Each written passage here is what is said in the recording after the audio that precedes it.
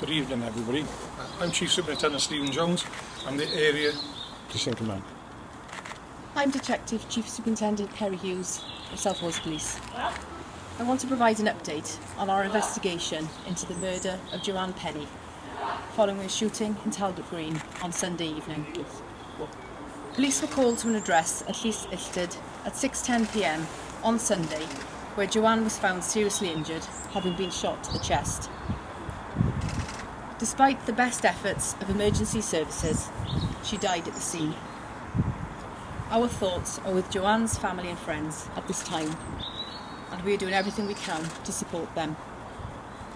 A 42-year-old local man who was arrested on Sunday night remains in police custody. Last night, a further 2 men and 2 women were arrested in the Leicestershire Police Force area. They are currently in custody and will be questioned.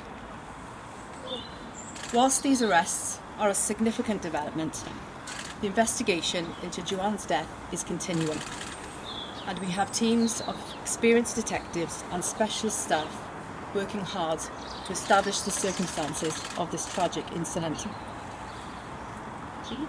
From our investigations carried out so far, we know that 2 vehicles, a distinctive beige Nissan Note and a black Volvo XC40, travelled from the Leicester area after 10:30 a.m. on Sunday into South Wales before leaving shortly after the incident took place.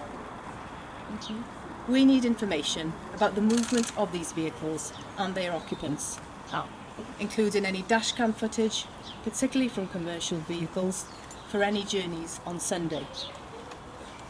Both vehicles were seized following last night's arrests and will be subject to forensic examination.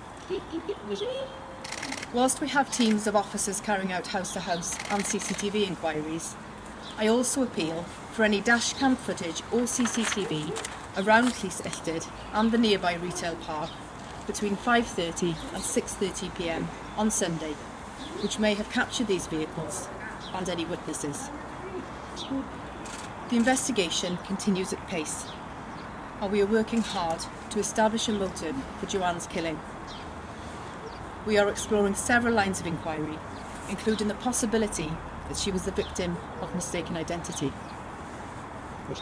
I would urge anyone who has information, either about Joanne's death or what happened at the property at Llys Illtyd on Sunday evening, to do the right thing and please come forward.